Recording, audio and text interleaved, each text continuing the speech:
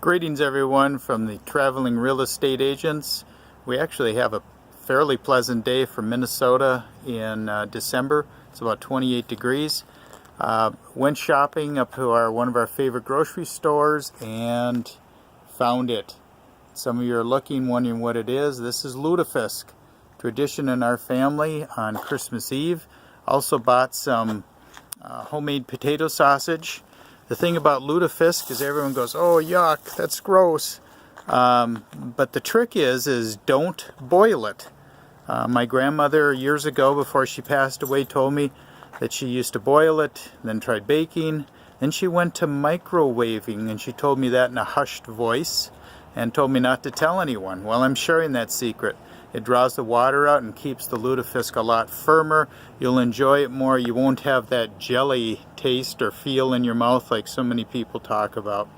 Put some white sauce on it, melted butter, salt and pepper, and you've got a traditional delicacy for the Scandinavians.